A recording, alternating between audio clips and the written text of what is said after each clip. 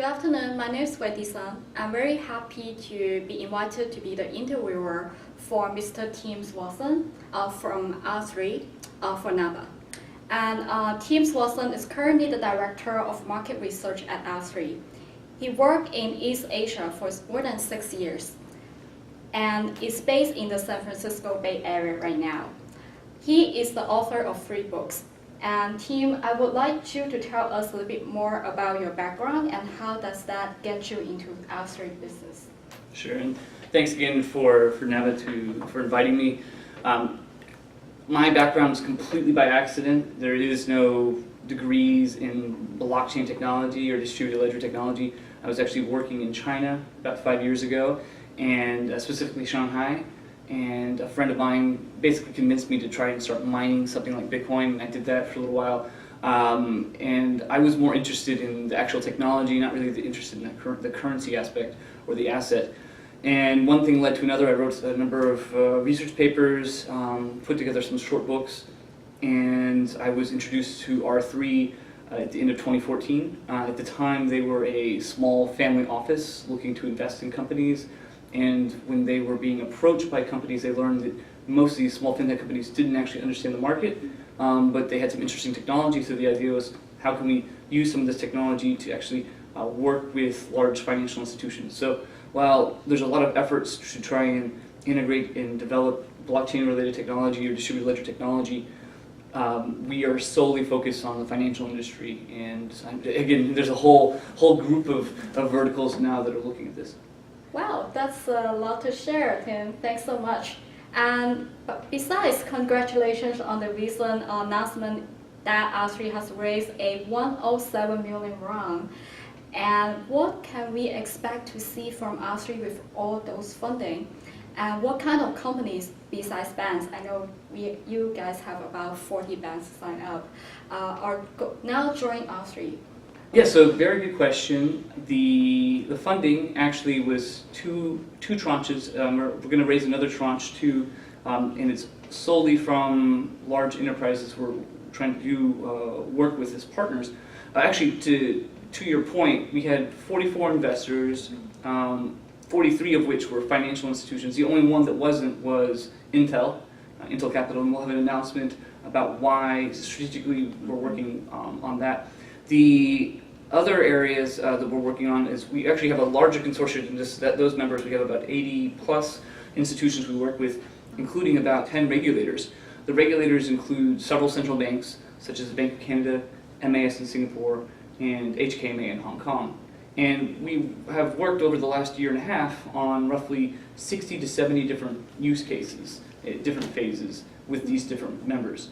So this capital that we raised, we're solely going to use to build out a platform that we've called Corda. We released that about 6 months ago in open source. Ask about that. You can ask that. Okay. Well, long story short is we're not focused on building applications. We're focused on building a platform. Awesome. So I just noticed that you mentioned Corda, which I'm going to ask very soon. And in my understanding, it's a distributed ledger. And would you describe the difference between a blockchain and a distributed ledger? And what are the main reasons that R3 is building Corda as the DLT and not a blockchain? And what are the most important features in a DLT? Excellent questions. Asked this quite frequently too.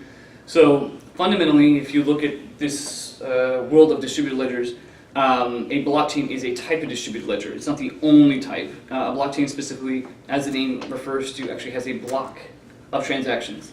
Other types of distributed ledgers like Corda do not. It's validated per, you don't need a block because you can validate per transaction. So the reason we built this starting well over a year ago is because we looked at the market to see if there's any platform that met the needs and the requirements of our members as highly regulated financial institutions, and we couldn't find any.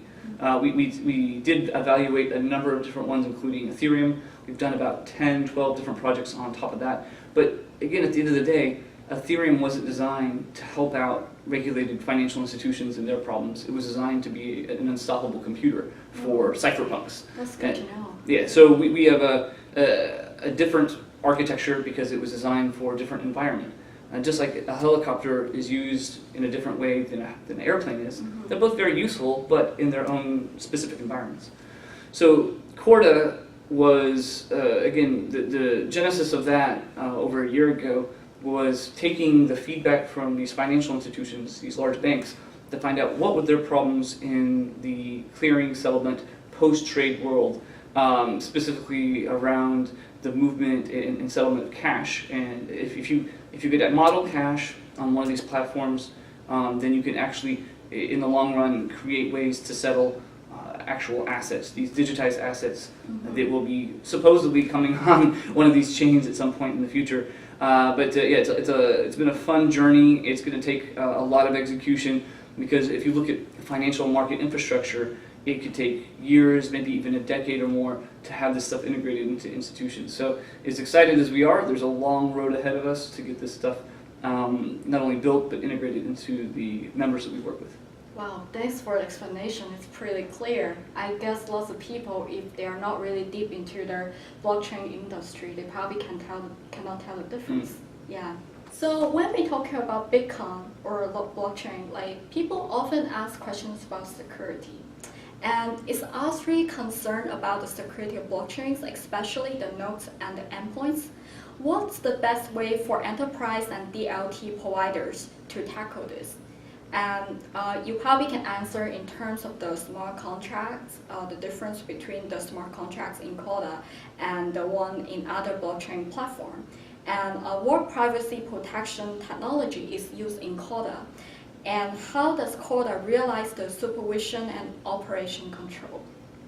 The environment that we operate in is very different than the world of something like Bitcoin or Ethereum. Those environments are under the assumption that you don't know anyone, their legal name, there's no connection between who they are and court systems. For all the participants we work with, we know who they are, we know what the legal entity is, and they all have some kind of contractual relationship that eventually ends up within the legal system we have today. And as a result, we can build a system specifically around that without having to use something like proof of work. Proof of work in these other systems is designed because it's included because you don't know who you can, who these people are or who these participants are. So you need a way a way to protect against Sybil attacks. We don't have Sybil attacks in the networks that we work on. So, but there's still challenges. Number one, going to your question about what a smart contract is, that would take a whole long conversation. But the way we look at it is you really have two worlds. You have code as law, which is the world in which many of the Bitcoin and Ethereum people think about. It's very anarchic. There are no courts. There are no really lawyers. But the world we live in, there's very much courts will continue to exist and lawyers will continue to exist. So we actually think of the world as code is not law. So Corda was designed, the smart contract system really is, the way to think about it, is a way of moving and managing legal agreements. Actual code, actual contracts that have been digitized and codified into some, whatever computer programming language we use. In this case it would be Java that we're working with. So the question really, in short, is we think of smart contracts differently because of the context and environment that we're in. It's not to say it's the best way, it's just the most appropriate way that we're working with our members on. Yeah, as far as your last question goes, the ability to bring participants in and out of the network is handled by something like, it's called a doorman service. And the way that works is you effectively have a network map of known identities and who can and cannot come into the network. And again, for what it's worth, it's an open source platform. You guys can download the code at corda.net to see the technical nitty gritty. But the privacy aspect is something that we will be announcing shortly. Our chief architect on the actual platform is a guy named Mike Hearn. And earlier this week, he wrote a post talking about SGX and privacy related to Corda. Not to go into too many of the technical weeds, but SGX is a technology from Intel. It's called the Secure Enclave. It's a trusted execution enclave.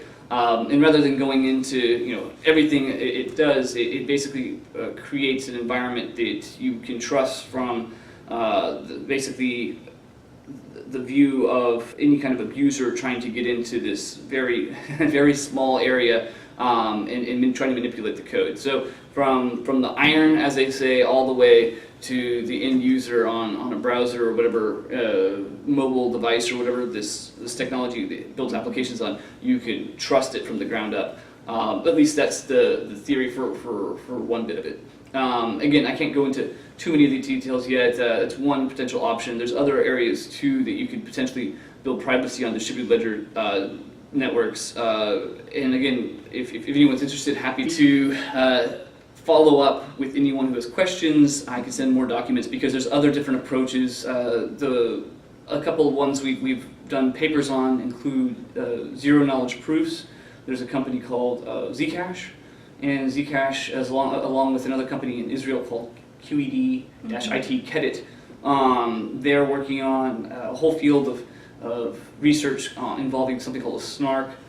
So we've worked on a paper with them we published about 8 months ago publicly, and so we're keeping our eyes and ears on the ground to make sure we're following the latest material out there, because if privacy is not solved in a way that's compliant with banks and our customers, then they just won't use it. So again, there's multiple ways to potentially use this different technology, and look forward to talking to you more about that in the future. Yeah, sure. Awesome. I'm pretty sure we can talk about everything in the 30 minutes interview. So feel free to contact him if you have any questions after watching this video and interview. And here comes to the second to the last question, pretty much. Since you mentioned Intel a couple times, I'm actually very interested in the collaborations between the enterprise organizations. So my question is, what is the business impact of DLT or blockchains? Is it prompting more P2P collaboration between enterprise organizations? And is it changing attitudes regarding trust among peers and enable new business? Because when there's a challenge, there's always come with the opportunity. Or is it seen as a way to increase efficiency and reduce settlement costs? The answer to that is all of the above, yes.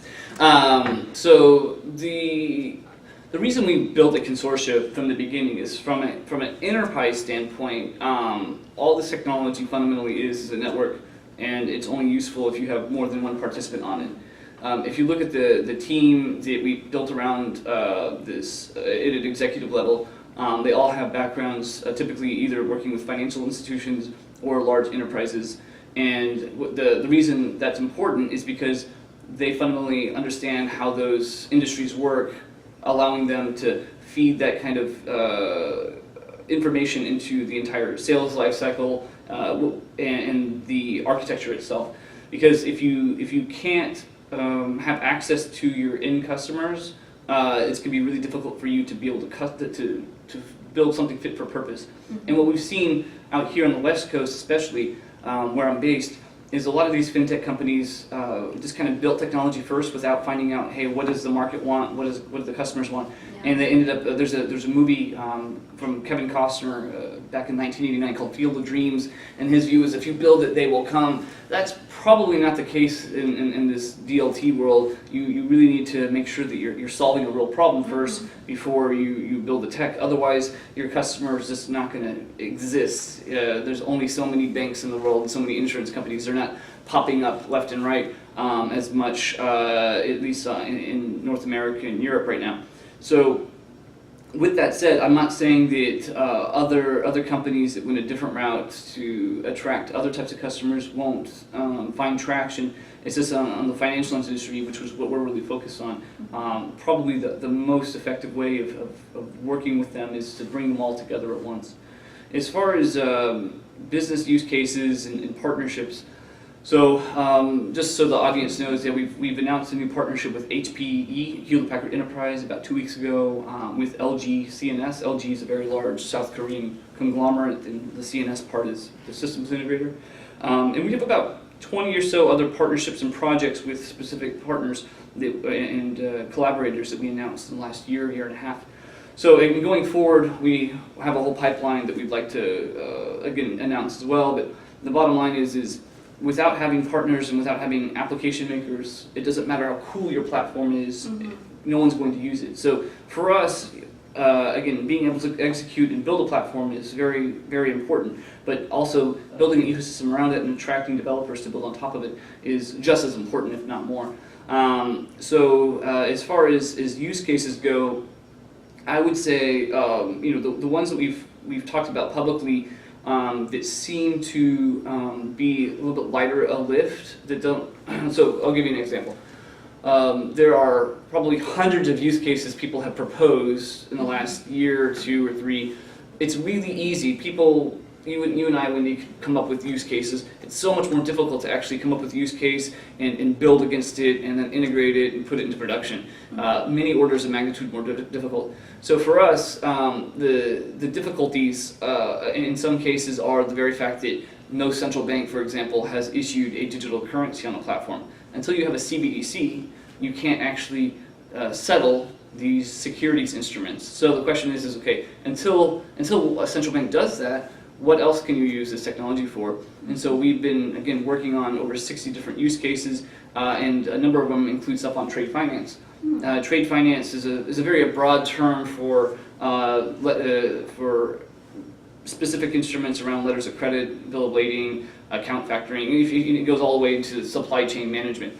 And for the audience, if you're looking at trying to maybe build an application, don't try to do all of it. It's very complex, requires lots of capital, lots of different players from different parts of the world. Like trade finance alone can encompass ports, shipping, large shipping enterprises like Maersk, entire countries like Singapore, which are very influential on that, large banks that provide the credit, and many other types of players and stakeholders. So if you're trying to find a specific use case, make sure you have a runway long enough to get you to the end of that, because if you don't have enough capital, then you go bust. So there's a lot of interesting ideas, going back to your question about, is it about revenue, about cost cutting? Again, I said it's all of the above, depending on who you talk to. Unfortunately, we don't have time to go into eeach one of those. But yeah, the view is if you could build some new infrastructure that everyone shares